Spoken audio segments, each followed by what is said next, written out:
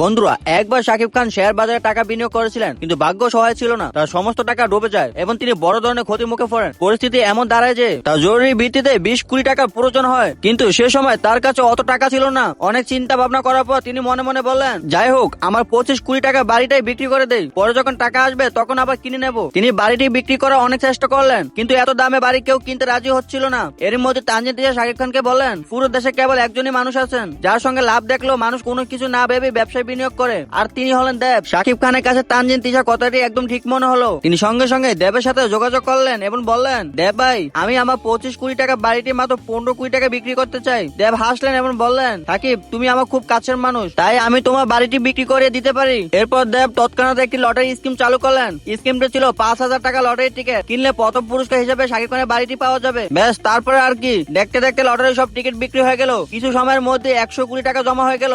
এর মধ্যে 20 কোটি টাকা তিনি শাকিব খানকে দিয়ে দিলেন এবং বাকি 80 কোটি টাকা তিনি নিজের পকেটে রাখলেন।